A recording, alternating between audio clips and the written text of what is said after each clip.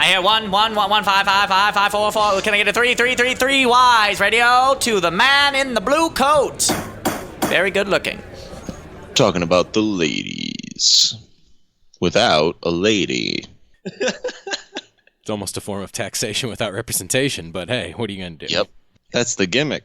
So we just be real rude about it and rank them from 1 to 10. Oh, God. Give them a 1 to 10 rating. But who are we ranking? The lady action stars. Oh, okay. And any other ladies. So we're going to go Uma Thurman, Kill Bill, Daisy Ridley, Force Awakens, and then we'll go... Gal Gadot. What? Gal Gadot. Gal Gadot, Wonder Woman. Or Fast and Furious. Then Denise Richards in the 90s. Just to spice in a... Just because she's a lady, Joe. And in the 90s, Denise Richards was... Yeah. Something. Hey, I do enjoy The World Is Not Enough, man. As do we all. Christmas Jones. That's a dumb Bond name. Okay. I'm trying to think of something to sum this all up. We will try not to be misogynistic while talking about female action stars on today's show. Yikes.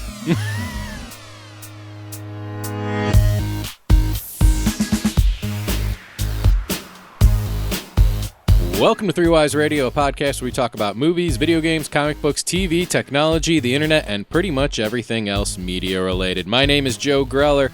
I am joined, as usual, by Garrett Welker and Sam Pixley. How are you this week, guys? Doing great, Joe. Great, Joe. It's ladies' night.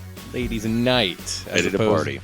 Is there Or ever... Ladies' Day. Were we supposed to watch that? Oh, that Ladies' is a movie? night. Wasn't that what that movie was called? The one with Jada Pinkett Smith and Queen That's Latifah? girls' night. Oh.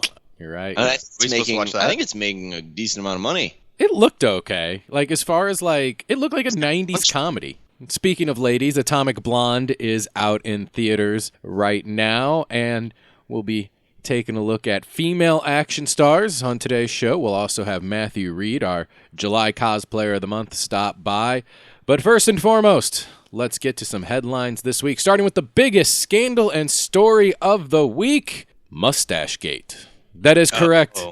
Mustache-Gate out of DC and Warner Brothers and possibly Universal? I don't know who does the Mission Impossible movies. I should. Paramount. Out of Paramount. Paramount, Warner Brothers, and DC. The mustache that Henry Cavill grew for Mission Impossible 6, and oh, what a mustache it is, has been in the news quite a bit recently due to resulting in $25 million worth of reshoots for Justice League. So apparently... Wait, real quick, though, let's rephrase that. The mustache has not caused $25 million worth of reshoots.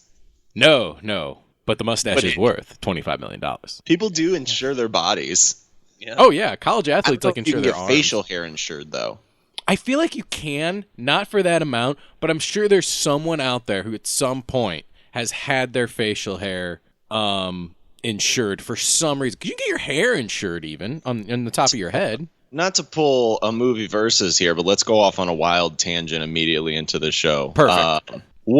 Are there any actors or anybody nowadays that you would think would insure their facial hair, or I guess you could say also their regular hair, that's like so known for that? His hair? Cranston, I want to say, had short-term insurance policies on his goatee while filming Breaking Bad because it would take him about 3 months to get it properly shaped. So if it were to, like, somehow get messed up during filming, they could finance reshoots. I'm not joking on that. I want to say that's the last time I heard of facial hair or something like that being insured. Well, so he didn't have it insured, but the company insured it for him? Or the studio, yeah, whoever was producing Breaking Bad for AMC.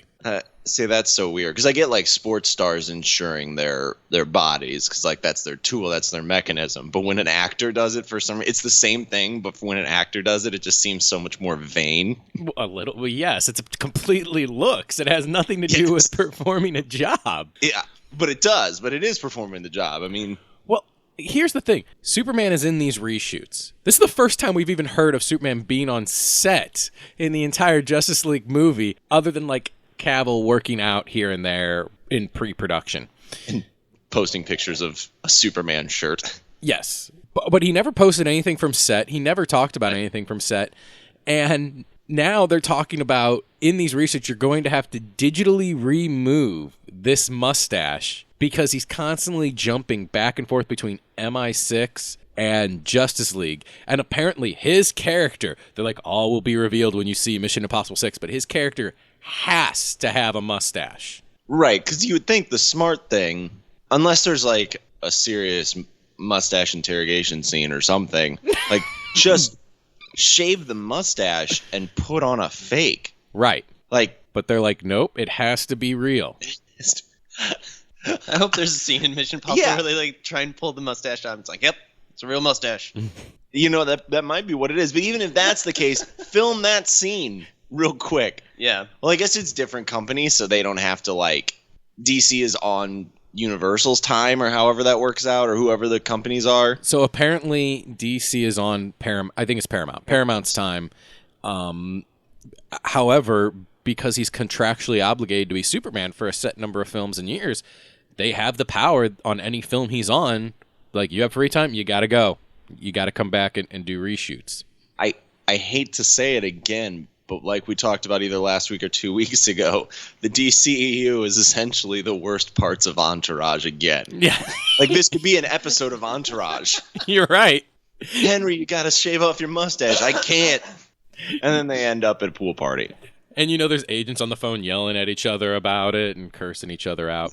God, that's ridiculous. But it did get so big, Mustache-Gate, that took to Instagram to address the issue, and he wrote, "Dear followers, it is time to finally set the record straight in this mustache fiasco. Pictured above is not the set of MI6, but is in fact the latest in a series of weapons being designed by Warner Brothers and Paramount Studios to combat the entity known as Henry Cavill's mustache. There has been no decision on whether to shave or not shave for the JL reshoots. Simply a relentless campaign to put an end to the seemingly inexorable conquest of this." He's using such big words that I can't read on the fly. Despotic. He's doing that on purpose. Yes, despotic stash. It is not a question of if, all caps, I should shave. It is a question of how we can possibly be victorious against such a beast without bringing on our own doom raining down upon us. If you Google Henry Cavill, first results, Henry Cavill girlfriend, Henry Cavill Superman. But wait, before Henry Cavill Superman is Henry Cavill mustache. You know what? I like him a lot. And if I did social media, I would probably follow him because he seems a very... Oh, I follow him on Instagram, and he is hilarious. So when he blew out his knee while prepping for Superman, and he had to rehabilitate it, he would have to do like stuff in a pool. So there's just random shots of him, like he'll just film himself a short Instagram video of him staring right in the camera. And he already had the mustache too, and like facial hair. And he's just like pedaling with his legs in the pool, just looking serious for no reason, with like a caption being like, just training. It's like the most awkward things of like stuff we do to our friends, but he's doing it to the entire world. It's because he's friends with everybody. Superman is friends with everybody. Man of the people. Yes. Just seems like an interesting and nice guy. In other DC news, apparently, according to Variety, Warner Brothers is launching a major Oscar campaign to get Wonder Woman recognized at this year's Academy Awards. They will apparently push for Wonder Woman to receive a Best Picture nomination, which is dumb because Warner Brothers can just do that themselves. Additionally, Warner Brothers is pushing for Patty Jenkins to be nominated for Best Director. While Warner Brothers has yet to officially comment on the matter, the studio will reportedly reintroduce the film this fall in theaters to reignite interest. There is also talk that when Wonder Woman was shown to the Academy, it was received with high praise.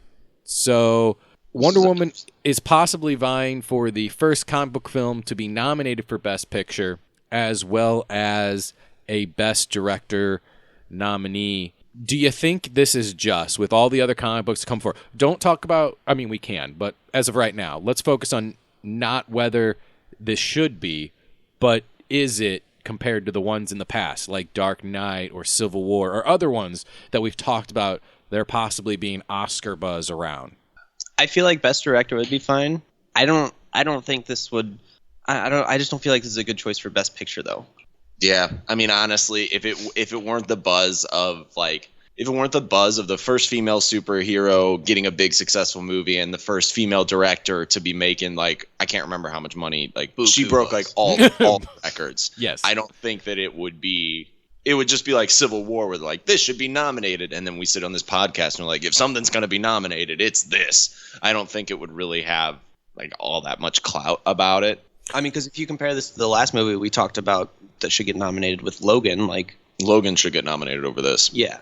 Say Logan doesn't, do you still want this nominated because it may break ground and then open up the possibility for other superhero films to be, I don't want to say like recognized as legitimate art, but by the same token, finally receiving on tier with like a Dunkirk or something else that you know you're going to see down the pipeline for a Best Picture nod? But like you said, like Best Picture is kind of different just because there's no like, we're recognizing your achievements. It's the company being like, we want this one.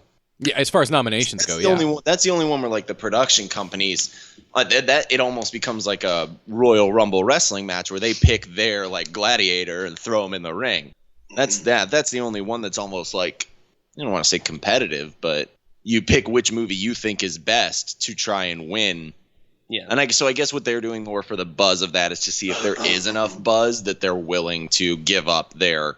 It's essentially in sports, like when you're trading like a decent player for a draft, like taking a risk, you know? So, I mean, sure, go for it. And if it gets the nomination, I'll be super happy for them. But I wouldn't say I wouldn't say it would be like groundbreaking. The one thing I'll admit that I almost want it nominated for Best Picture for is that it's done something that we haven't seen in the superhero genre in over a decade. And that this has truly been a summer blockbuster film where you know people that went to go see it opening night. You know people that went to go see it 2 weeks later. You know people that went to go see it 3 or 4 weeks later. It has that like that actual carryover of a film that summer blockbusters used to have, to where it kind of sweeps up the entertainment value of 2 or 3 months, as opposed to most superhero movies or even most big budgeted blockbuster movies. Now it's, what did it make in the first 2 weeks? Because after that, there it goes. It's crashing in its whole returns. payload. Yeah, that's fair. So it has. Yeah, it did sustain. It has kind of encompassed the nostalgic of movie making and I guess movie going, in my personal opinion. So I would like to see it nominated, if nothing else, just for that. In video game news, Capcom is planning more Nintendo Switch game releases in the wake of Ultra Street Fighter 2's success. Thanks to the strong performance of Ultra Street Fighter 2, The Final Challengers. That's the entire game title. I'm not just rambling. They're not good at game title names. No, they're not. Capcom is reportedly planning more game releases on the Nintendo Switch. According to Capcom's latest financial report, the Switch fighting game made an excellent start and proved to be a smash hit. Additionally, the Wall Street Journal's Takashi Michizuki took to Twitter to report that Ultra Street Fighter 2 exceeded Capcom's expectations with 450,000 units sold in Q1 alone. As a result, the company is starting to prep several other titles for the Switch. Nintendo Switch, yay or nay? I know we've kind of briefly touched on it on this show before. Street Fighter 2 is probably the proper game to kick it off. It is the best Street Fighter game, in my opinion. Because other than that, you're doing Mortal Kombat, let's be honest. So, do you want to see them go more in this direction, or do you even care about the Switch at all? No, I want to Switch real bad. I'm trying to weigh up my finances to acquire one, but I think it's with that kind of fighting with a fighting game, it's kind of a match made in heaven for the Switch, because I don't know exactly how it would work out, but like the connectivity issues that you would need for like a first-person shooter, for an online first-person shooter, are way more intense than for a fighting game. And I think for mobility's sake, if you're on Wi-Fi, it's much easier to just be connected with one person into a fighting game. Yeah. And the Switch is it's that hybrid mobile at-home game console system, and so it's a really good pairing. This wouldn't be the biggest reason that I would still have to want to get it, but yeah, I mean, everything's looking up for them, and it's good that Capcom hasn't been the most financially successful lately, but it's good to see that they're spiking and having a good quarter, and I support them. I really like Street Fighter, but again, usually video game draws aren't huge. Fighting games aren't huge draws for me, but yeah, they are for me. That's all I will say. But some of the first-person shooters and fighting games is what I really like about games. So hearing something like this would make me actually kind of dive back into it and maybe get me excited for a new Marvel vs. Capcom that could come out soon. They're not going to include because they've been talking about the next one they're going to do. Right. That's happening. They've already had Yeah. trailers and stuff. Yeah, they're not including the X-Men or Of course Or- they're not. they're not including the X-Men or in some of the other properties that aren't exclusively Marvel. Yep, no mutants, I believe, Great. because they didn't think that they were that memorable. Wait, was that a real quote? I believe so. All right. Well, Sam looks up if that's a real quote. We'll talk about quickly some depressing Hulu news. Not even really depressing Hulu news. See, that news about them not including the X-Men has me on a depressing downturn. Anyway, hopefully this will cheer you up, though. Hulu is going to stream classic TGIF series starting in September. Hulu has signed an agreement to distribute over 800 episodes from the old TGIF block. Those shows will encompass Full House, Family Matters, Step by Step, the Family Matters spinoff Perfect Strangers, as well as Hanging with Mr. Cooper. All 5 comedies will be available in their entirety for streaming on Hulu starting Friday, September 29th. Were you guys TGIF fans back in the day? To me, that is a restaurant. Really? You never watched ABC on Friday nights? No. There was these shows. There was also Sister Sister. There was Boy Meets World. That's not on Disney, though. Or wasn't that on Disney? No, those were all ABC shows. Those were all ABC shows on Friday Sister nights. was on Disney. No. Sister Sister was on ABC, TGIF. That's where it started. Maybe the reruns were on Disney, but TGIF... Probably. Dinosaurs was a TGIF show. Okay. This is when I was still really young, Joe. So I don't really you remember geezer. too much about this. TGIF initially ran from 89 through 2000. So you were at least what? You know what I was doing when I was 8? Not I was dressing up as a Power Ranger and going playing in the park. Right? To this day. So all right, yeah, maybe this is one of those weird things where it's like, just see, that's what's so funny is like when there comes to entertainment, there is just like that little bit of like gap even you find between 4 or 5 years. It's kind of funny. So yeah, I'm personally not going to do it. I know there are people that would love the fact that there is TGIF reruns going to be on. What I find funny though is that an entity like Full House now can be doing new episodes on Netflix, but now you have its entire past on Hulu. We'll actually get to that in a second about another company and how does that work with that they're able to split up properties between competitors like so. Speaking of which, though, Marvel's Runaways is set to debut in November on Hulu and will be a part of the Marvel Cinematic Universe, which is funny considering you have all their normal streaming properties on Netflix, and The Defenders is set to debut here in a few weeks. But they say that the Runaways will take place on the West Coast, while all the main action that's happening in the MCU will take place on the East Coast. So it may be one of those things of, why isn't Captain America or Iron Man stopping by? Well, because they're just too busy on the other side of the country. Why isn't S.H.I.E.L.D. stopping by? You're Shield better doesn't off exist just not anymore. even addressing it. S.H.I.E.L.D. doesn't exist anymore. That's why they're not stopping by. I agree. It should take place probably in a separate universe altogether. Well, Joe, you clearly haven't been watching Agents of S.H.I.E.L.D. because it still exists. Well, no. Very public entity now. Is it again? Yeah. No. Okay. I have not. I did not watch the last season. You are correct. Then when is that going to be addressed in the MCU? Because, yeah, it isn't in the... It was in Ultron 2, whenever they're like, hey, we've still got a helicarrier, by the way. Yeah. It's like, oh, S.H.I.E.L.D. still is around. I think we need to have the next Marvel short needs to be a 15-minute short in a big boardroom where just a bunch of big wigs are like, let's address all this stuff. Let's get our timeline straight. It's like a presidential war room, and they're just going through the timeline of how all this stuff took place. Like, now these mutants, what do you mean? Oh, you mean the mutants You mean the Enhanced? from said Runaways show? Yes, they're on the West Coast, but they got started 2 years ago, and break it all down for us. Well, did you see that there's already apparently time discrepancies because of the 8 years later opening to Spider-Man? Yeah. I've done the math. Uh-huh. It's not a discrepancy. It is, because in Iron Man 2, Peter Parker was Spider-Man. But He was the kid wearing the costume, and it's all woven together.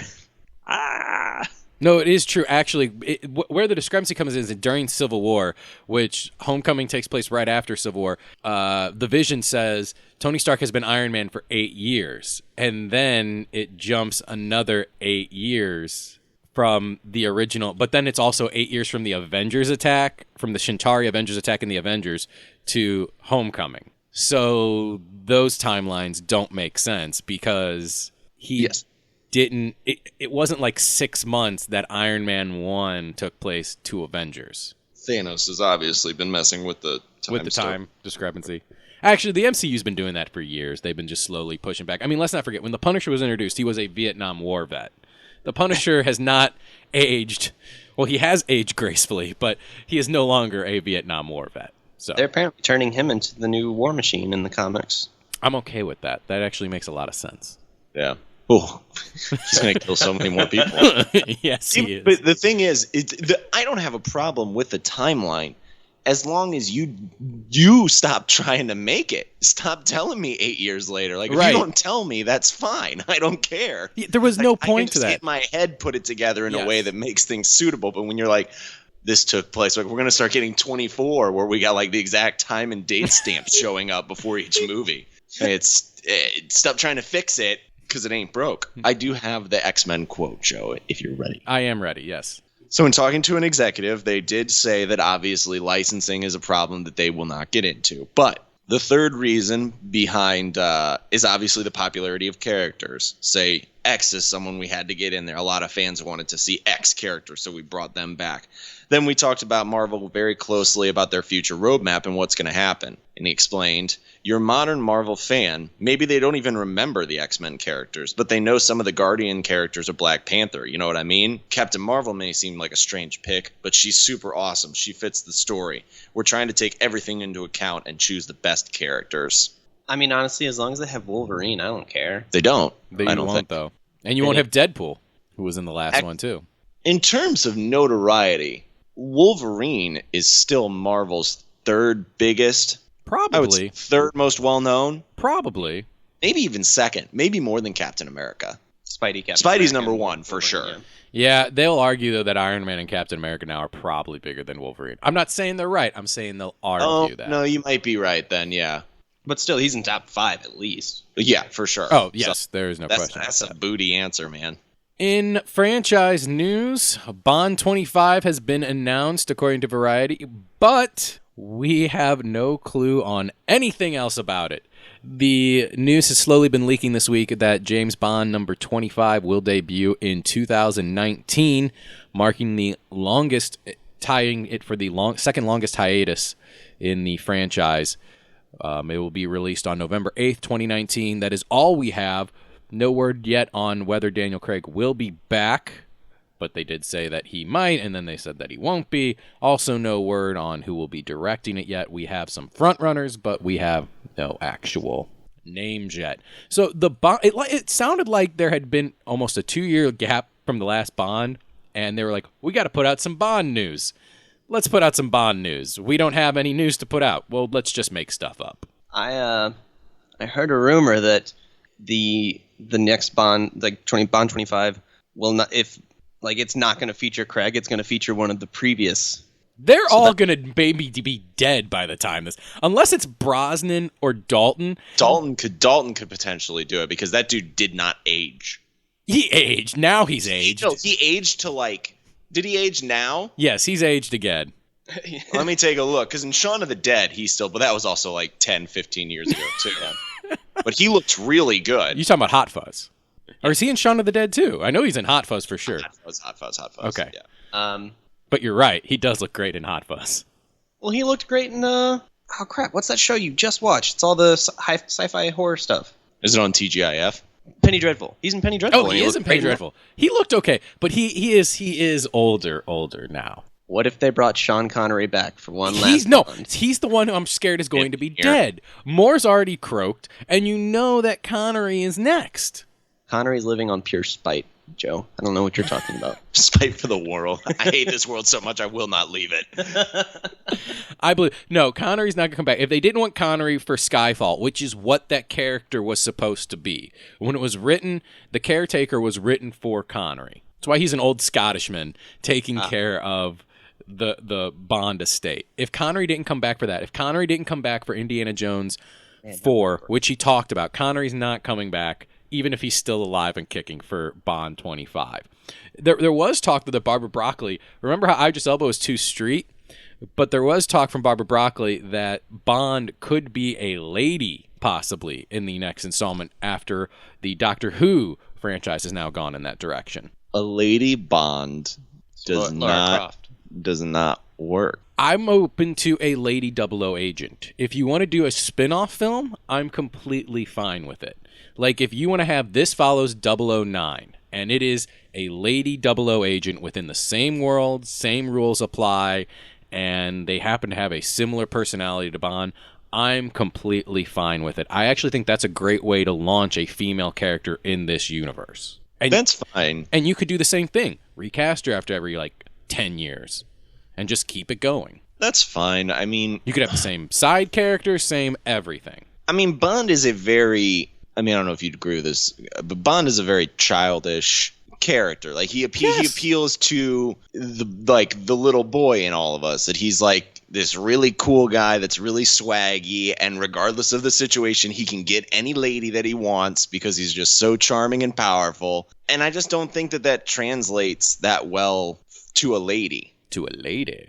I was just doing what you were doing earlier. I am sorry. Anyway, continue. Because it's ladies' night? Yes. Yeah. So, I mean, I don't know. Maybe if that is misogynistic, I apologize. But the idea of a beautiful woman, because they're not going to cast not that great-looking person, because they've never cast a not great-looking man who can walk up and seduce some would argue that Daniel Craig looks like a potato.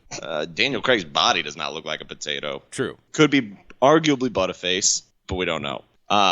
So the idea of, a Charlize Theron or somebody, because she's the one that's in talks right now because she just did a agent movie. Right.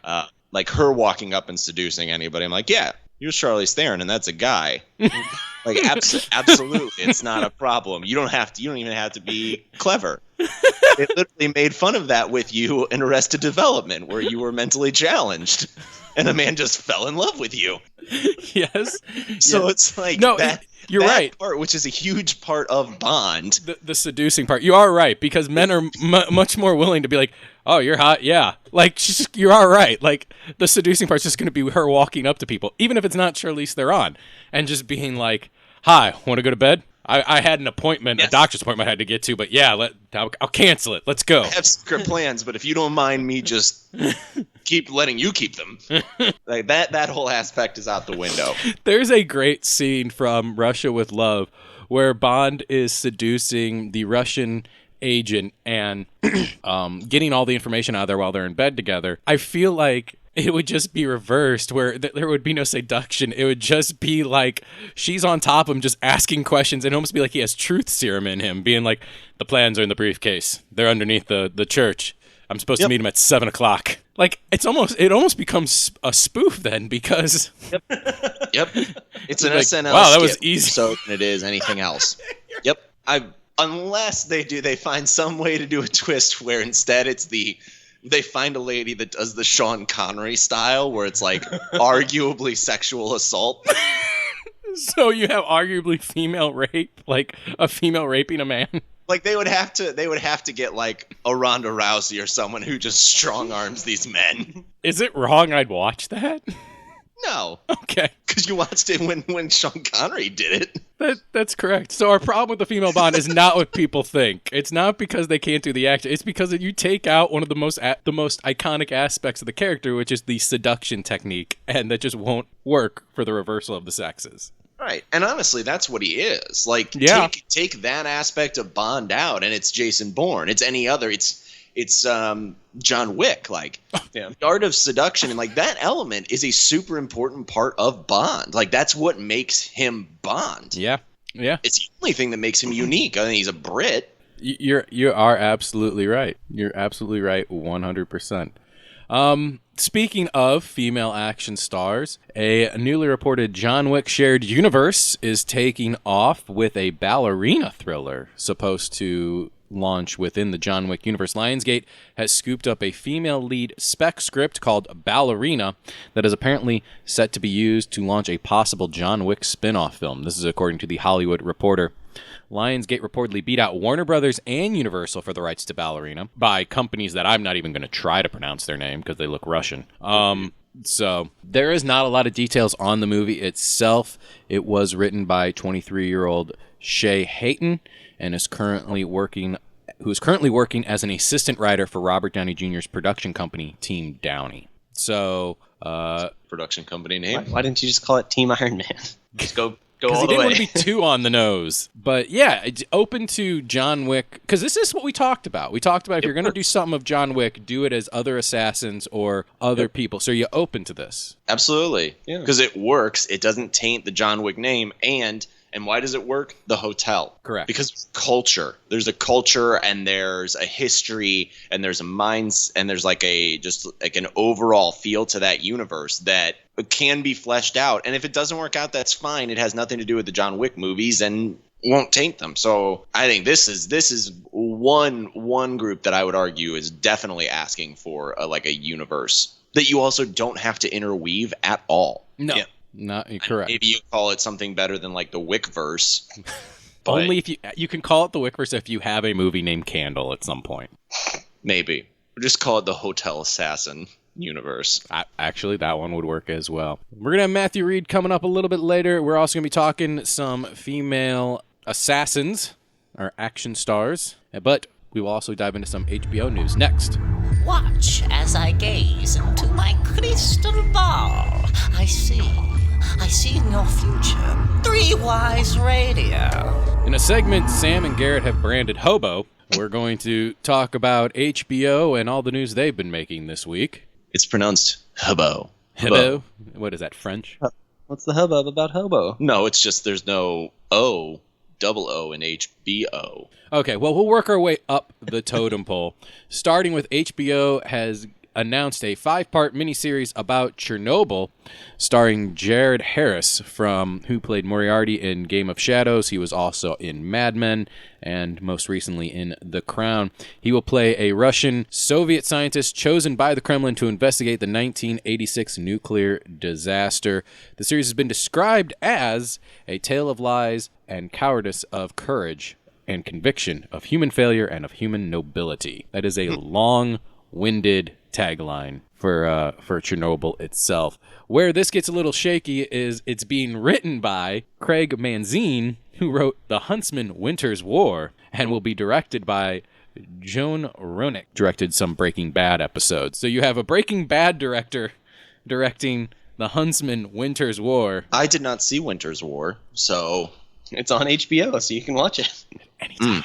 I like the idea of it sounds really cool, but like I don't know. What else has this guy written? Anything of note? I don't know. That was just what was attached to his name in the article. that's the highlight. There's not much else. But I mean, maybe he's better at writing this. So Let's hope so. I mean, you don't know. Anything else? I like the premise. In other HBO news, Damon Lindelof, as we talked about previously, will be doing a Watchmen series. But what was the one thing we said this Watchmen series had to be, Sam? In the past, in the future. We said it had to be a straight adaptation of the comic book. Yeah, Yes. yeah. Oh yeah, because he said it's not. Exactly. Now the news has come out saying that it will not be a straight adaptation. In an actual interview, he said, I don't want to talk too much about it, but about going in a way that exactly describes it, which is how do you take the material and derive from it a TV show without making it a literal translation? So I don't know. I don't want to see a Watchmen series if it's not based on the actual comic book story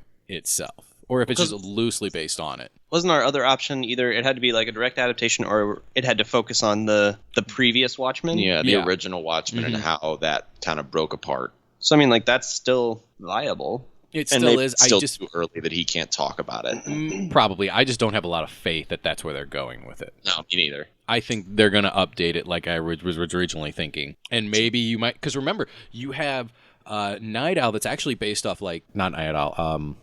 What's the character's name in that? We always mess that up. Is it Night Owl? You have Night Owl, who's actually based off Blue Beetle. Dr. Manhattan. Thank you, Dr. Manhattan. I don't know why I blanked on that. You have Dr. Manhattan, who's based off Superman, and then you have, it's actually the comedian is the one who's based off Batman out of all this. So I'm wondering if we may now see slightly a Marvel take on it, perhaps, to where you have more Captain America, Iron Man. Like the possibilities are endless now when you don't do a straight adaptation. All you're going to keep is that it needs to be a pseudo mirror of the political climate. Is essentially all you're telling me, is that it has to be when I read that statement. I mean, I guess. I honestly, I think this might just be a guy that couldn't give much information for what they're working on, and so he said something that was kept vague, but now it's too vague, so the speculation is running rampant. So I'm not going to give this much credence at all until I get more info. I honestly probably won't give it another thought until I hear something a little more solid. That's fair. In Game of Thrones news, HBO confirms no existing characters will be in the spinoff. No Jon Snow, no Sansa, no nothing. So, yeah, right. Too expensive. Seriously? Is that what? Probably. I mean, well, no. I mean, because I don't they're think prequels, they're going but to. I mean, even if it was a prequel, though, it would still have like 3 or 4 characters that are in season 1. Mm-hmm. So you're not even going to get that buddy comedy that everyone wanted between the dude from Full Monty and Sean Bean that I know fans were clamoring for. Their good old early days. The Robert's Rebellion. Oh, Robert's so Rebellion. We're probably not going to get the Rebellion. We'll probably get something.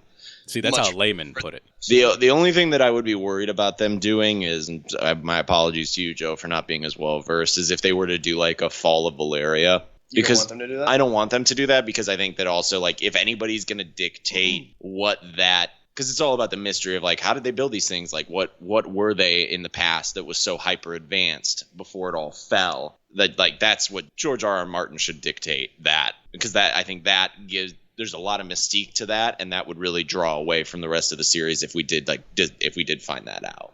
So, I don't. It'll be something, and no matter what it is, you'll probably be excited about it.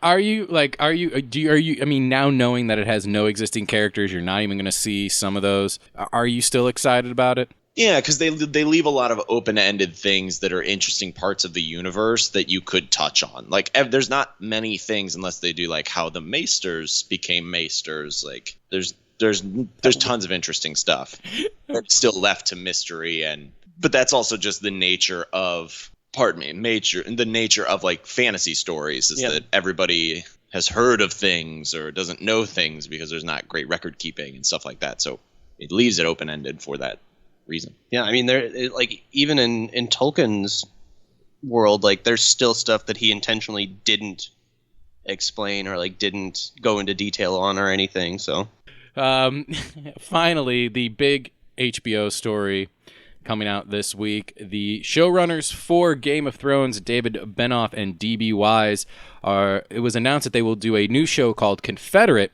which was going to take place in modern day and was going to be in an alternate timeline where the Confederacy actually won the first Civil War, and that the United States was divided into 2 nations.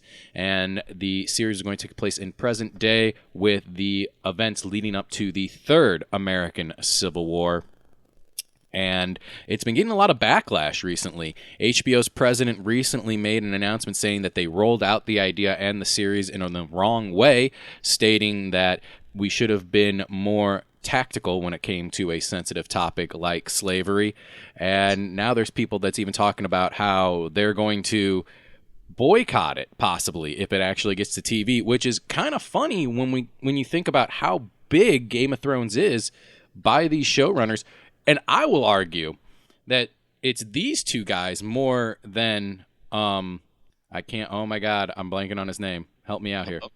George R.R. Martin. Thank you, George R.R. Martin, that have made Game of Thrones what it is with the production and getting the HBO series out there. Because whether people want to admit it or not, half of the people that like Game of Thrones would not like it if it was not for the television series.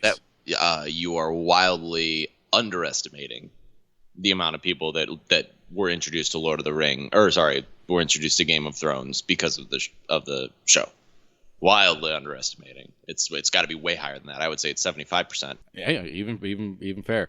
So I guess my question is to you guys: what's your take on this? I actually think it's a pretty interesting idea, alternate realities and alternate timelines, where you take a major event like the American Civil War, or like the American Revolution, or heck, even go overseas and do the French Revolution, or the original Russian Revolution in when communism finally takes hold, and see what would have been if you have that alternate reality. It's essentially Superman Red Sun, to where you take some of the most iconic things in history or in storytelling and say, let's flip it 180 degrees and see what would have came out of it. Elseworld tale. Yeah, pretty much. I mean, they obviously have like a good track record with shows, and like you said, they, most people wouldn't even know about Game of Thrones if it weren't for the show. So they know what they're doing, but I feel like they weren't, like they said, they weren't very tactful with announcing this. You should have some sort of maybe not trailer, because they can't get a trailer yet, but some way of introducing it that gives you kind of the mindset of what's going on. Yeah. Because there's lots of arguments. I mean, this gets really complicated, and like there's also lots of arguments that even if the Confederacy had succeeded, that slavery would have been on its way out less than 50 years afterwards, just because that's the way the Western world was evolving. So I honestly don't think we'll even have. I think people are getting a bad picture in their minds now. They have talked about how slavery will play a part in the. Oh, have they? Yes, they have. There's slavery. There is still slavery in the southern states, they're saying.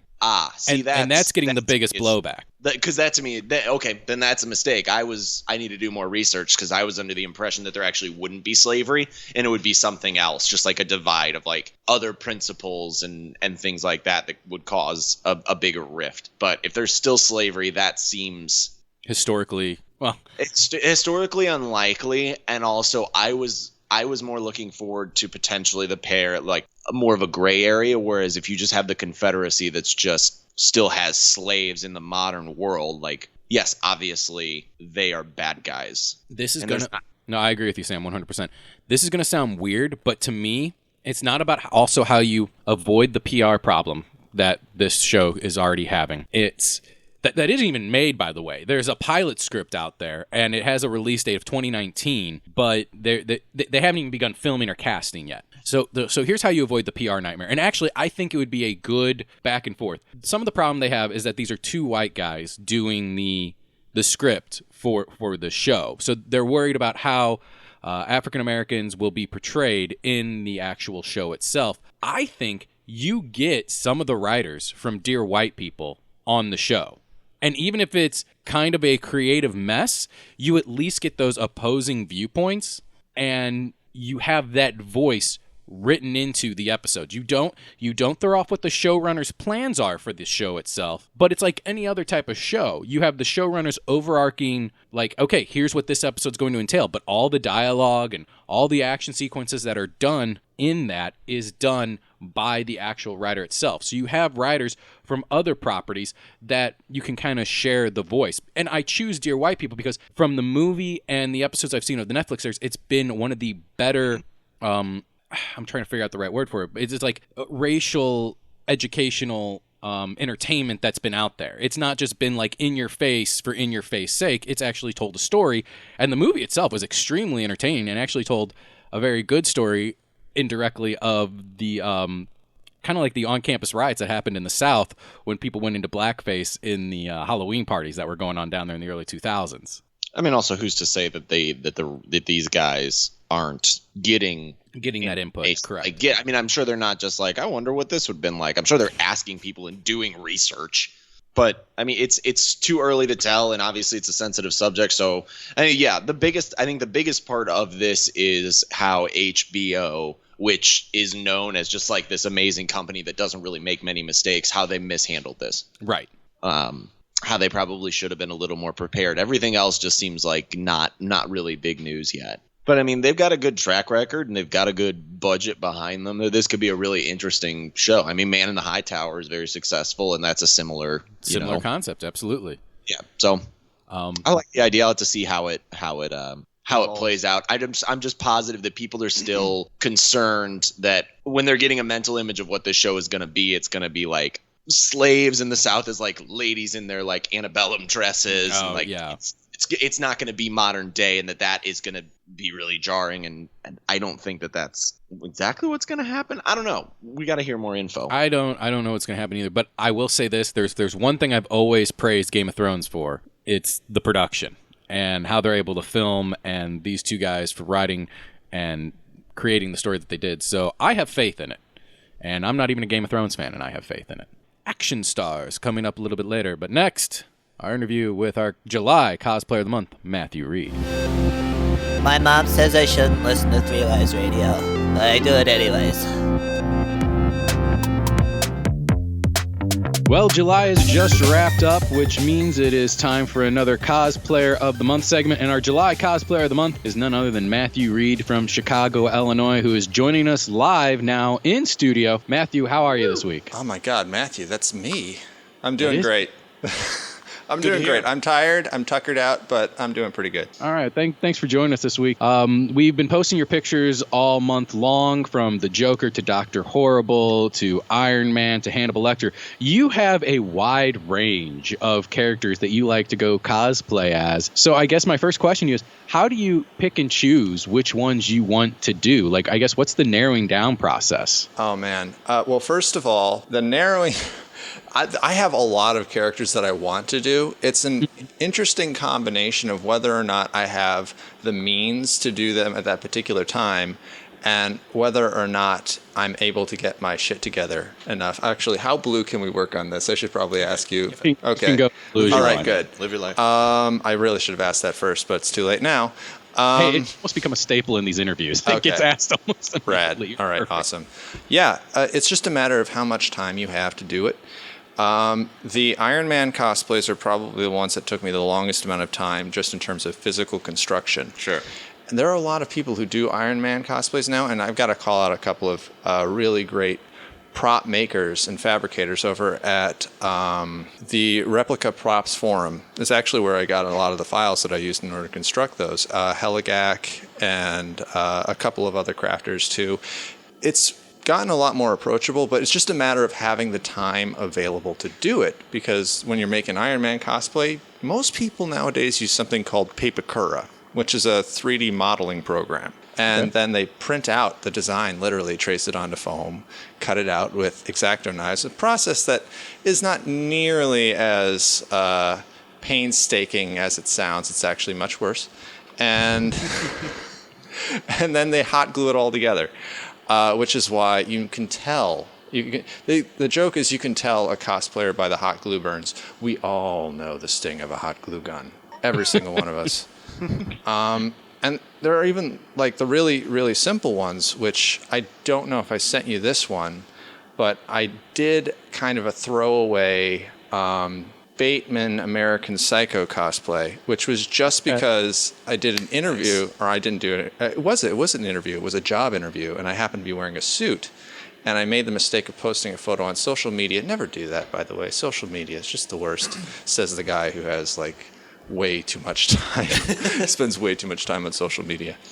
And someone mentioned like, geez, you really, you look a lot like that Christian Bale guy from American Psycho. So of course I'm like, you know what? Just because of that, and I found a dry cleaner bag and some ketchup, and nice. I had an axe like prop lying around. Also, that's another thing that cosplayers have. We just have random shit lying around our houses, like the oddest things you can imagine. Like I had a crossbow for a while. I didn't even have a plan for it. I just had the crossbow. Well, it's easier to have a crossbow and not know if you need it than to, oh no, I've got to get a crossbow. Now, I'm pretty sure if you need a crossbow in a moment, you know that you need it. Like I'm pretty sure that need becomes immediately apparent. It's like, geez, if only I had that crossbow. Well, thankfully you do. I don't know where I'm going with that. But yeah, there was something called closet cosplay, which is whatever you got on hand. So I think that answers that question. Yes, it does. So I guess my next question is then, what got you into the world of cosplay? Because there's always some sort of introduction. I kind of like to equivalent to like the gateway drug. Oh yeah, the gateway drug. To a certain extent, someone knew someone who cosplay before, and then they got you hooked on it. And then kind of once you get hooked, you're going to almost every con, dressing up, planning out your costumes for day 1, day 2, day 3. Exactly. What led you into this world? Oh man. Well, I've always been pretty nerdy. So that predisposed me. It's like having that alcoholic gene. It predisposed me to be a cosplayer. And I had a couple of friends who did it. My first real introduction to it was in college.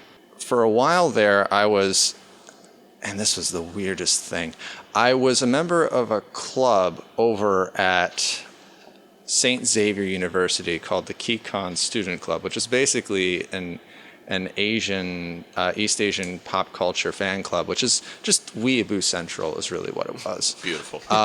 It was a congregation or an agglutination. I'm going to use a medical term because that means clump. It was a clump of, and I don't know how it happened. I didn't propose. I didn't put myself on the ballot, but I got elected president. Ooh. And I didn't really super know what was expected, and I think I may have contributed to the club's downfall. I don't know if it still exists, but we had like a Halloween thing, and we did cosplay. What was cosplay at that time, because there was all characters and people bought their costumes off of cosplay sites. And of course, there's Halloween is the other big one. I had a Devil May Cry Dante. I think it was from Devil May Cry 3, which had just come out at the time. And that was a Halloween costume that I've lost everything from except for the sword. And remember what I said? I just have random shit lying around. This sword is like 6 feet long. I was going to say, that's hard to lose. It's so massive. Yeah, it's just lying around my apartment now. And I live in a tiny place. Oh, man. It's bad. You can't fit Iron Man suits in a tiny place also. It's just, they're just sort of there all the time. It's like you need a manor. You need a castle. You can stand them up in the corner, have them hold a halberd. You can't do that in a tiny apartment. It's why the place is so big. Yeah. So Halloween is what I'm going to say, and then I guess my college experience. I think that might be my favorite origin of cosplay story, just because it's so blunt, and I wanted to make a really awesome Halloween costume, and then I just invested too much time and money into this not to wear it more often. Yeah. And then that's exactly what it is that just gets you going. For so many people, that is what it is. Yeah. And it affects everyone, I think, because I know a couple of engineers who they have like experience programming Arduinos and all sorts of other really technical things. Mm-hmm. They have actuators, and like, oh man, I got this really great T1000 cosplay. It looks really rad, but it's like I can only wear it at Halloween. And then you say, actually, you're no longer constrained to the artificial bounds of Halloween any longer. No, nay, you are liberated. Right. You can do whatever it is you want to do. And then really freak out people that are there for their prom or whatever. Yes, I have yet to do that one, but kudos to you for getting. It's a lot of fun because these convention centers, they're huge, and so they've got a bunch of different halls, and you're virtually guaranteed to run into a bunch of other people who are there for a different event, like a different event entirely. And they can be really straight-laced people. Sorry, I'm going off mic there. They can be really straight-laced people, and they have no experience with this. And then all of a sudden, they're surrounded by a bunch of like tweens in what is essentially bondage gear, and they're like, "What the heck is going on here?" And you get to see their face as they get a little bit more horrified. And then you can also tell the people who are like, "I should act off-put, but I'm actually kind of into this."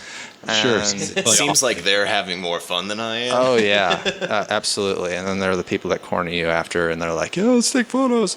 That's what happens also if you hang out in the hotel bar after convention hours, because everyone's staying in the same hotels. Right. So you're like, I'm just going to party with a bunch of medical researchers. This is going to be cool. So it seems like you're very open to almost the fan interaction, which we talk about all the time during these interviews, is that when you dress up as these characters at the cons, you become this character, and you are now a pseudo mini celebrity, and you can't get more than 10 feet without having to stop, and then a new group comes in. So it's a very slow moving process around the con floor. What is that like for you? Most people enjoy it, so I assume you enjoy it as well, but does that take away from your con experience? How do you react? Enjoy it. That's a great question. I think that, and if you ever wanted to make like a lot of money, all anyone would have to do is invent like one of those off fare lights like taxis have when they've got someone already when they've got a fare and they're like, listen, we're off duty right now. I can't stop. I have to go. Because there are cosplayers who make the mistake of having a really great cosplay, but they also have a bunch of panels or showings that they want to go to, and they're like, this is fine. It's all that way hell and gone in an entirely different hall, but that's fine. I can make it in time. I've got 5 minutes. That's not going to happen. It's a lot of fun for me. Something that a lot of people like about cosplay. I'm okay with the performative aspect of it, but more people, I think, they enjoy the craftsmanship, which is perfectly fine. People approach it for their own reasons. There's a degree of anonymity that comes with cosplay. When you take the costume off, it's almost impossible for you to get recognized, which is freeing for a lot of people. If you have a lot of social anxiety, for example, I always recommend go out on Halloween, wear a mask, and go out dancing. It's incredible. You don't care anymore. It's unbelievably freeing. Yeah, and I like to challenge myself to try and do a good job of portraying the character. I do a lot of voice imitations. I try and ape the physicality of whoever it is that I'm playing, which is harder in some cases and easier in others. That's one of the reasons why I like the Joker so much, is because it's impossible to overact as him. Yep. Which is going to lead me into my next question. One of the ones in the cosplay stuff that you are most known for is Joker. I've seen your pictures. I mean, we shared 2 of them. I've seen them shared by other ones. I actually knew who you were before Garret even, got you, because I had seen your pictures in my feed before through other means. Talk to me a little bit about playing Joker, and I guess what is so intoxicating about playing Joker, and why it seems to be, almost your go-to gun in your arsenal, so to speak. He's currently my favorite. I'm not saying that that's not going to change in the future. And there are a couple of people who are they're very well known for doing Joker cosplays. And I think that they're afraid of getting stuck in that role. One of the most famous, and I'm not using that, this guy is actually famous for doing this, is Harley's Joker. Oh God, I wish I could remember his name. I've mentioned it so many times on the way here. It'll probably come to me later on while I'm talking. But he is an actual performing arts major, and he does costume design and a bunch of other things too. He's gotten famous for doing this character when he did it almost on a lark. And so now that's become his fame, and he's been in a couple of fan-made Batman movies. And he's done photo shoots, and he does charity visits, and a lot of the same stuff that I do, actually, with the charity work. There are all sorts of reasons to be attracted to the character. I'm aware of the problematic aspects to him. He is not a good guy. No.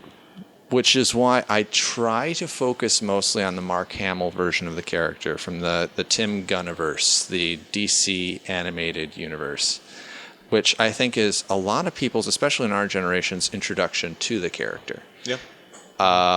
He's fun because you can approach him from whatever you want, whatever angle you want. You can be low and menacing. You can be high-pitched and joyful. You can do whatever you want with the guy.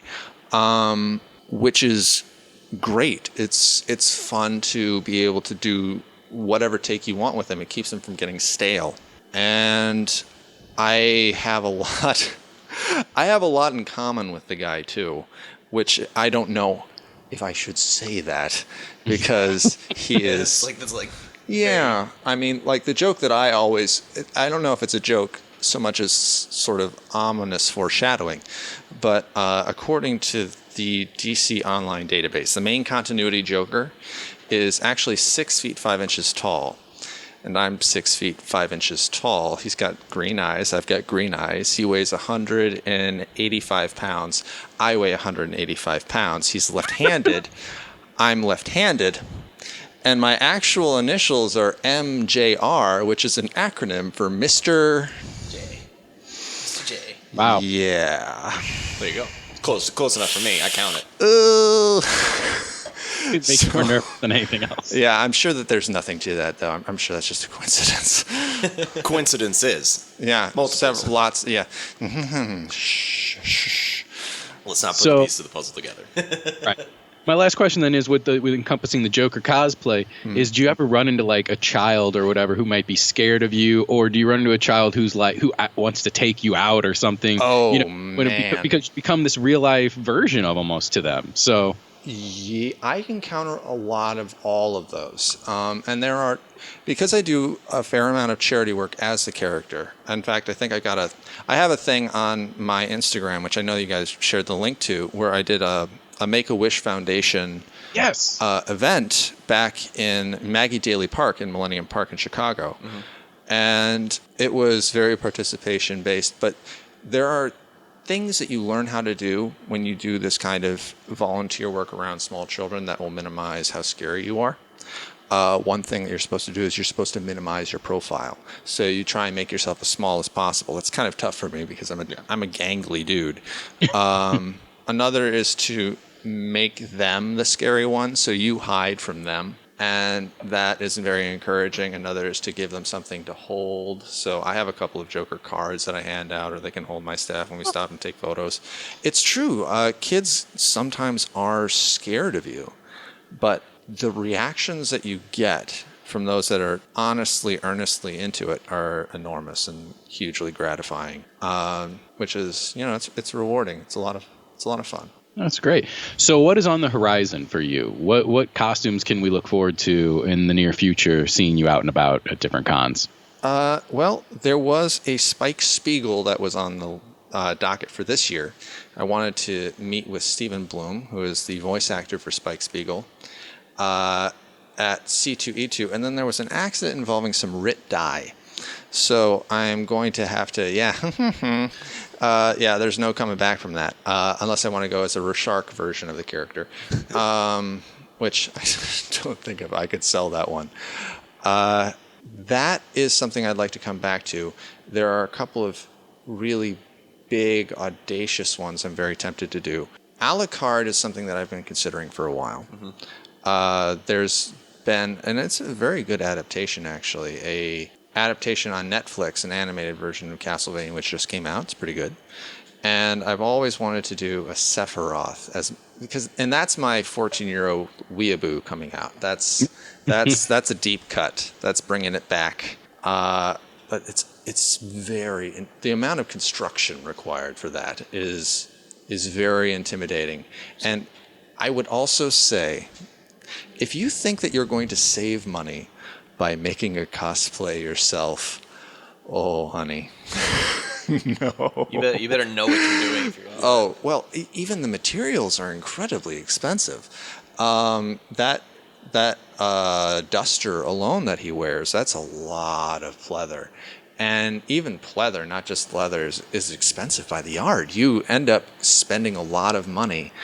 When you count the number of hours that you get out of it, it's probably one of the cheaper hobbies, but still, it's like, I don't know if I can really pull this off right now. Yeah. Yeah. And with if you're going to do a Sephiroth, can your apartment handle another sword? Oh, God. A larger sword? No, that's fine. I'll just stick it through the wall. I'm sure my neighbor won't mind. I'll just tell him to duck, I guess, continuously. Be penitent. I'll tell him to be the penitent man. That's a good. You know what? Top marks for that one. That's good. That's a great reference, yeah. So what is the most, if you mind sharing, what's the most money you've ever spent, and on what costume did you spend it on in cosplay? The most money I've ever spent. Okay, this comes with a bit of a qualifier. No one starts out spending that much money. Sure. It's a sunk cost thing. It's classic fallacy. It's good money after bad. And in this case, it would probably be, I would say it would probably be my second Iron Man suit, which was the Mark 42 from Iron Man 3. That sucker, oh man, I probably set me back in the neighborhood of $350, $400.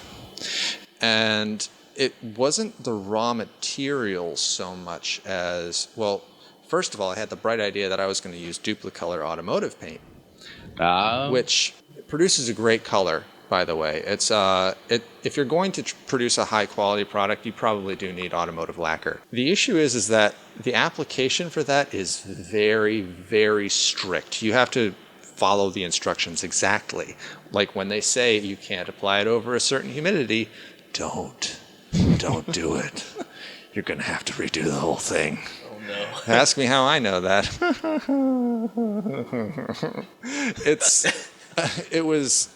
That was a lot of painting too. There were 3 primary metallic colors on that particular costume. There was a blackcurrant red, I believe a gold, which was I believe a Honda color, and then the cheapest one, which isn't really that cheap at all, was a Krylon silver undercoat, which was really just the undercoat to all the pieces. Mm-hmm. And that's like the cheapest at $7 a can.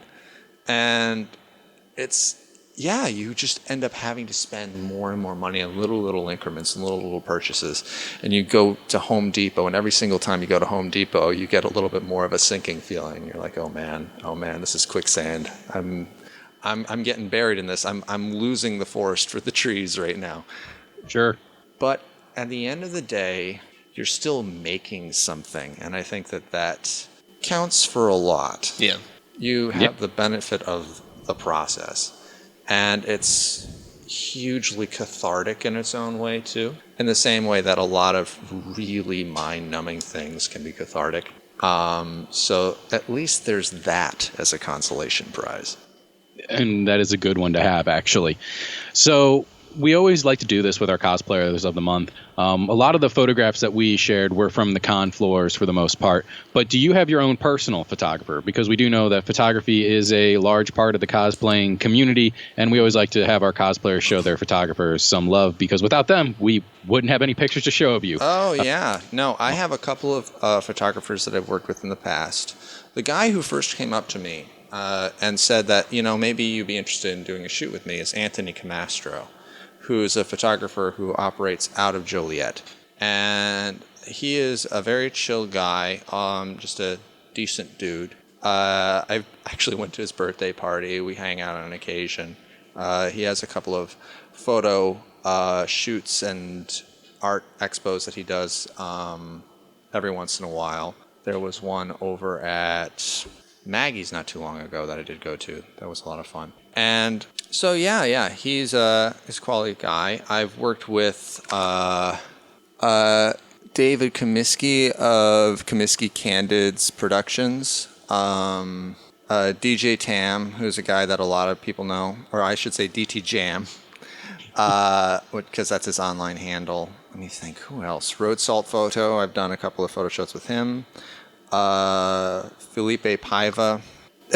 You just end up meeting a lot of the same people when you go to conventions also. Mm-hmm. This is something that happens. And you sort of start to build up a relationship where you get used to seeing people in that specific context. You're like, hey, how's it going? Hey, where are you going? And they'll bring you in on other people's random photo shoots and be like, hey, listen, I'm really hoping I could get a Joker in on this particular one because I've got some Harley Quinn photo shoot that I want to do. I've got a Batman photo shoot I want to do. Do you think you could pop into the background for a couple of frames? And it's how connections are made. It's all very organic. Yeah. No, that's really cool to hear, because we always talk about the cosplay community, but that's kind of like seeing it at the next almost pseudo-professional level. Yeah. That kind of comes into what the cosplay community can and it eventually evolves into. Yeah, the professional thing, that is something that is evolving continuously.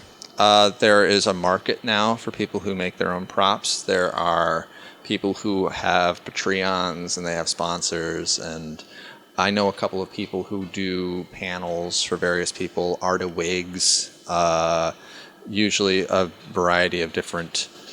Oh, hello, dog. Yes, hello, dog. A variety of other cosmetics brands and that sort of thing, which is cool to see. It's the issue with cosplay, the thing that always concerns me is that I worry that it might get too big too quickly. And that's where you run into things. When something gets too big too quickly, there's not enough time for it to become accepted practice. And that's when people do things like file lawsuits. Ooh, yeah. Yeah, like there was a pretty famous Stars of Cosplay. I don't know if you guys have talked about this show at all. Okay, it was a show that was on Sci-Fi. And it featured a bunch of different cosplay artists doing weekly competitions and weekly builds. I think I remember. It was pretty famous. I believe it featured Yaya Han as a judge for a number of different events. The issue there is that the characters that were being portrayed on television were all privately held intellectual property, and the Sci-Fi Network was selling commercial time. So the worry was at the time was that was going to trigger a wave of lawsuits of people wanting to protect their intellectual property, being like, listen, we realize that this is like a huge part of the fandom, and we have been permissive of it for a long time, but I don't know if it's enough. And when that happens, then there's a bunch of other people who kind of make their living on the sidelines. They do prop reproductions on Etsy and that sort of thing that are suddenly going to be out of a job. Yeah. And it's all because of people who were too eager to capitalize on it, and they didn't wait for it to evolve organically to the point that it could support it, which is perfectly fine. I'm not an expert on the situation, but Sure. there were some legitimate concerns, and I did share some of them. Hey, kudos to you for doing that. All right, so where can our fans see you out and about next? Here, we know Wizard World is coming up here in Chicago in a couple weeks. Yeah, Wizard World. That is my next convention. That is on the weekend of the 25th, 26th, I believe.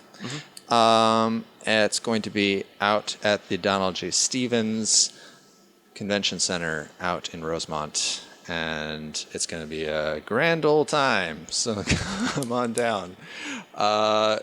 And hey, hang out after. Love to see you guys. Introduce yourselves. Say hi. Yeah. Absolutely. Matthew Reed, thanks for joining us this month, man. You've been a hell of a cosplayer of the month for us. Oh, thank you so much. All right, signing out. With Atomic Blonde in theaters now, we are going to take a look at some of our favorite female action stars from, you know what, I'm going to have to throw the small screen in there too, because when I think female action star, there is one that comes to mind, but she's never played, maybe she has played a good guy once. I bet I can guess who you're thinking. All right, well, before we get to mine and you guess who I'm thinking of, Sam, what's your top 3 list of female action stars when you hear the term female action star? I mean, the first one that I think of, and these are just kind of who, not so much who I think are the best, but who I initially go right to. Sure. I guess maybe in my mind that means the best to me. Number 1 is Sigourney Weaver, Ellen Ripley. You could argue not really an action star in the modern way that we look at it, but I mean, she's a badass chick that almost, I would argue, is she sort of has a similar trajectory, or I guess he took her trajectory, almost like the John McClane. She started in the first movie as just she didn't seem super capable. She was like crying sometimes and just like being kind of like being scared and terrified, and then like took up the courage to do what she needed to do. And then progressively, as the movies got more about making money, her character became more badass, overpowered and just like a little bit ridiculously powerful. So I had never thought about that until like 2 seconds ago. But that's a really good analogy. But she's just like an incredibly capable person who also, similar to that John McClane style, it's you believe that she's just a regular person that's put into this, and then the best part of her shines forward, and that's how you get an action star, is somebody that does that. So that would be my number 1, for sure. The other one that I always think of, and I don't love these movies, but I think just she's so iconic, Uma Thurman as the bride in Kill Bill. Yeah. She's also been in a few other ones, I want to say, at least to a certain extent, but I don't know about. Anyway, continue. Yeah. I mean, for her, I also really enjoy the female action stars were like I guess I'm more ripping on one than I am praising the others. I don't like it when, for instance, Alice from Resident Evil is not on my list. Because her powers, she just kind of like wakes up and she's got like kung fu powers put into her from like some company.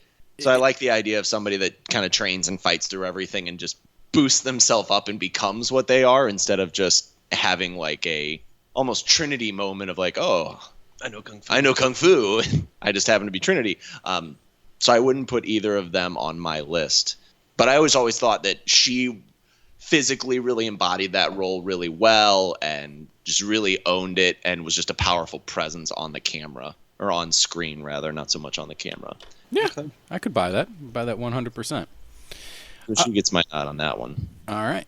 If someone else wants to take one, go for it. You know what? One of the ones that I'm going to do, the modern day action star, Zoe Saldana. Mm-hmm. I think if you look at from Colombiana to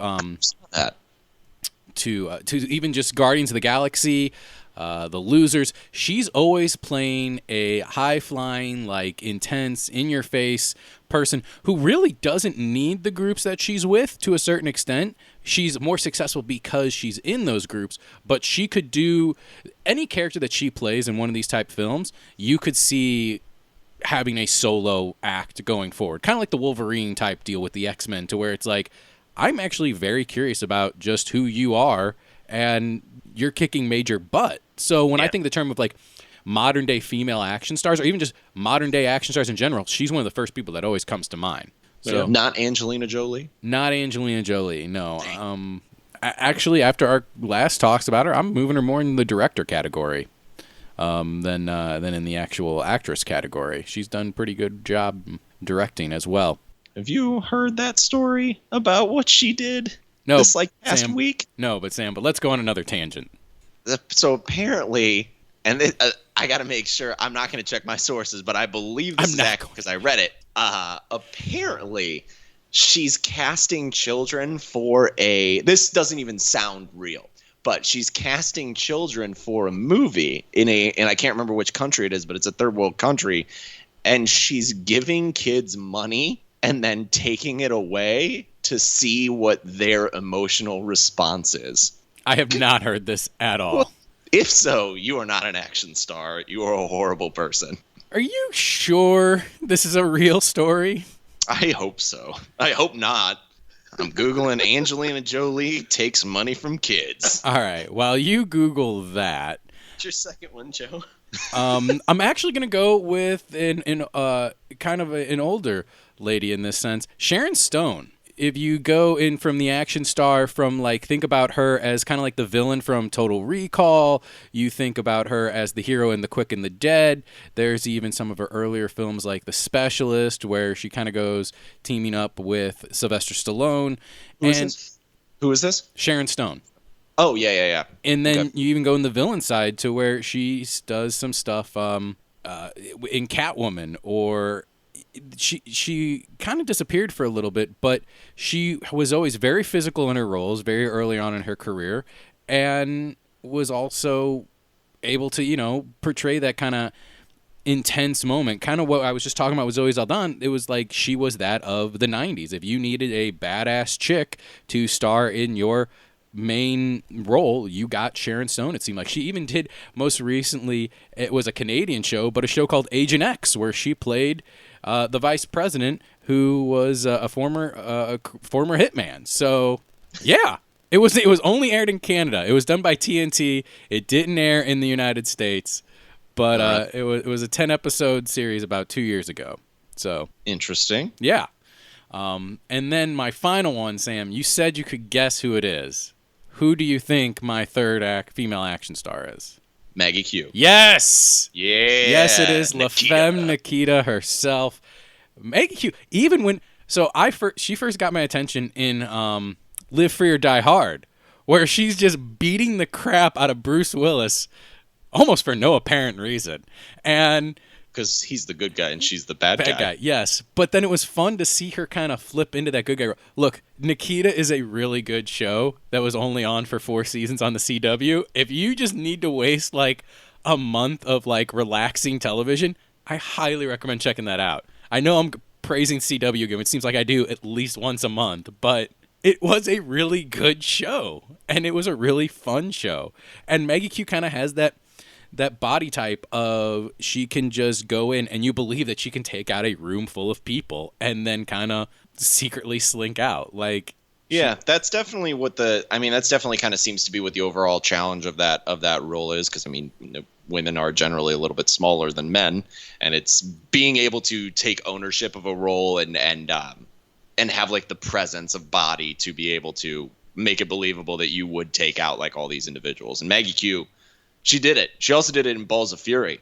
Yes, she did. Oh my God, I completely forgot about Balls of Fury with her. Not necessarily an action star, but an action ping pong star in Balls of Fury. Yes, Garrett. Who are some of yours? So on my list, I've got Lucy Liu. Yeah. Growing up, she was in a lot of the action movies. Like she was in Kill Bill 1, Man with the Iron Fist, Charlie's Angels, and we can't forget she was also in Shanghai Noon. Yeah. But also Ballistic, X vs. Sever. X versus Sever. Was she X or Sever? I've never seen the film. She was Sever. Oh, she was Versus. But I remember watching a lot of movies, and like anytime that she was on screen or like in a movie, I was like, oh, she's gonna do something badass in this movie. I know it is. It's gonna happen. What was my other one? I only had two just because. Oh yeah, she was in Shanghai Noon. Yeah. My other one was Scarlett Johansson. I mean, like, especially as of recently, like, I know a lot of it's mainly been just Black Widow stuff, but she did Lucy, but it seems like Shell, like, yeah, you're right. She has been doing a lot more action hero stuff. It just seems like every time with her, I don't want to say it's like there's a gimmick, and I think it is just Lucy, but because of that trailer, like anytime I see if she's not Black Widow and she's jumping through the air like beating up people, I just hear Morgan Freeman's voice in the back of my head being like, "We only use 10% of our brains," and Scarlett Johansson uses 100% of her brain, like. It's just, it's one of those things. I think another thing that detracts from Scarlett for that role specifically is that she is so engrossed in Black Widow is that they also, and if you look at like some of what we've been saying so far, the names we've been saying so far, that's still a pretty sexualized The Black Widow character. Black Widow, yeah. It's like, well, we have really awesome action sequences once in a while with her. She probably gets like to a movie. But then other than that, it's her like, in the first one was her like crawling into a wrestling ring or, always having the skin tight suits, and all the other characters that we haven't listed, they're just wearing kind of baggy clothing or nothing that's too revealing, and it's never over sexualized. So that's something that I think kind of detracts from her a little bit. I would agree with that. She seems to be the one that's over sexualized. What about Gal Gadot with the Fast and Furious ones and now Wonder Woman? Has she gone into action star, or is she still more? I think she hasn't quite hit that yet. Because I mean, she also did the like Mr. and Mrs. Smith kind of movie thing with Zach Galifianakis. And, Keeping Up with the Joneses. Yeah, that. But so I don't think she's quite in the action star role yet. But also think that similar to Scarlett Johansson, when you're in the comic book movies, that detracts a little bit from like the action star idea. So I mean, the only other one that I wanted to mention was Lucy Lawless. Lucy Lawless, yeah, Xena. I mean, Xena was kind of the original action star to everything. Has she done it? I mean, I'm trying to think. She's done like any other than Xena. Spartacus, but she wasn't in the thick of it. I mean, she was great in Spartacus. Don't get me wrong, but I think of when I think of Lucy Lawless, all I think is like the Xena warrior princess battle cry. All right, so I guess real quick before I ask. We see an Atomic Blonde, yes or no? I mean, McAvoy, Charlize Theron, it looks good. We've talked about it. Should we see it? I don't think we'll review it, but should we see it? I'm going to see it just because I know there's some really interesting fight sequences, and it wasn't until it came out that I realized that it was actually during it's around the time of the fall of the Berlin Wall. Really? So this takes place in like 91 or 89 or whatever. And so that's the interesting part, is that there's also like, it's spy games. And they didn't do a good job, really, of selling that. I mean, that intrigues me. Well, you telling me that intrigues me more about it right now than anything else. They spent, and similar to what we were talking about with like sexualizing, I think they spent a little too much time with her making out with the French operative and not enough time being like, hey, this is actually an interesting spy thriller. You should totally watch it. Yeah, now I want to see it because that story is really interesting to me. So yeah, so you know what? Now I am seeing it. All right, congratulations, Sam. You sold me on Atomic Blonde. Thanks, man. Wasn't trying. It's delicious. It's too delicious. Get out of here. Piquing your interest. Bam. As usual, we end every episode with what's piquing our interest, where we just say what's piquing our interest. Sam, what is piquing your interest this week? Oh God! I refuse. Switching it up. I refuse. Switching it up. Oh God. Oh God. Piquing my interest. So piquing my interest, two small things. One, we got our first bit of insider news, or our first bit of positive insider news. Potentially Ben Affleck has signed on to play Batman, potentially for Matt Reeves' trilogy idea, or just maybe it's like contractually that if we do have a 3-movie trilogy, you're on board, whatever. Right.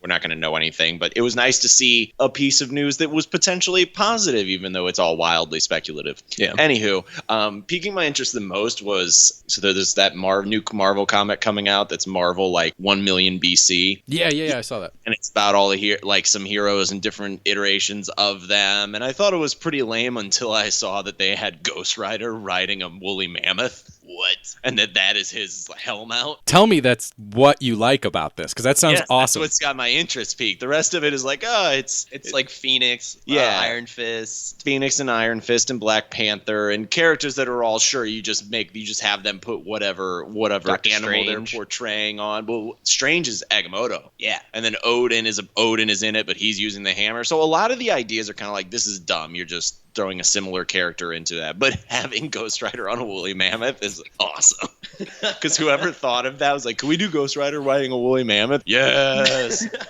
Great idea. Let's do an entire series around it.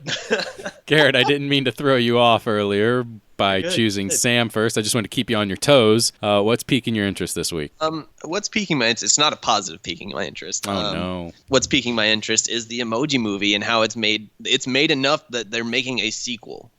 Here's my question. The Emoji Movie is real. It's not a fake No, I know. thing. Here's my question though. Because you're not the only person to voice concerns or problems the fact that there is an Emoji Movie. But what's so different from an Emoji Movie than there was from Toy Story or Cars or Inside Out, where we're taking kind of inanimate or fun objects and giving them personalities and letting them build their own world around? Because this is your I don't know how to answer that. Maybe it's just me growing up and just hating the younger culture, but like it's just to me it's the idea that, and I love this theory that we started off with for written language. We started off with hieroglyphs, pictures, then we moved on to oral and written and things like that, and we've actually started degrading back to now to pictures to pictures and to hieroglyphs, and that's our means of communication with people. And the idea of taking that and making that a movie says something about, like, on a grand scale, movies have always been a big part of Western culture. Sure. And to say that, like, now that is an idea of what our culture is a complete breakdown of the way that we communicate with each other, because we're just too busy to elicit our emotions in Okay. words. Well, going off on the pictograph and like going back to hieroglyphics tangent. What if I made a movie and it was about the letters of the alphabet? How would you like that, Joe? It was called The Alphabet People, and it ran on like public broadcasting television. The Alphabet People was one of my favorite shows in first grade. Globally produced movie. I would have watched a produced movie on The Alphabet People. In all honesty, The Alphabet People was sweet, dude. Once again, I think I'm showing my age. Did you guys watch Alphabet People when you were in grade school? It was from the Electric Company. Great. Oh my God. All right. Except brought to you by Joe is Old. I'm not that much older than you guys. But just enough to make it count, apparently. Yeah, apparently. Anyway. Yeah, that's what's, I guess, got my attention. No, it definitely has piqued your Really interest. piqued my interest.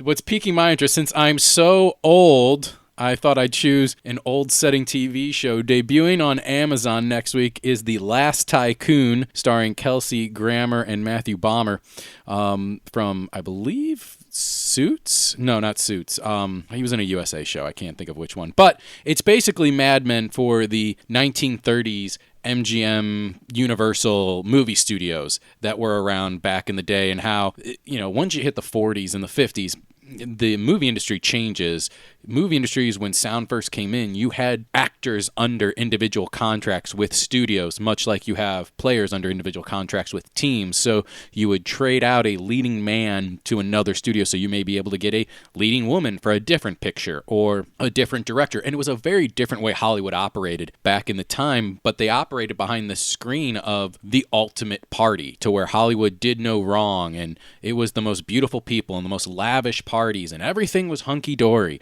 And I think it's very interesting to see that portrayed on screen. Plus, Kelsey Grammer as any type of boss, no pun intended coming up here, is terrifying, because he is a man that if he was angry at me in real life, I would be legitimately afraid of. Has any of you guys ever seen the old Star series? It only went for 2 seasons, but called Boss, where he played the Chicago mayor. Yeah, it's he can be a very imposing individual. Holy crap. So just the fear of that. And I'm very entertained by this. So I'm looking forward to watching this Amazon series, because Amazon's been killing it sometimes with original series.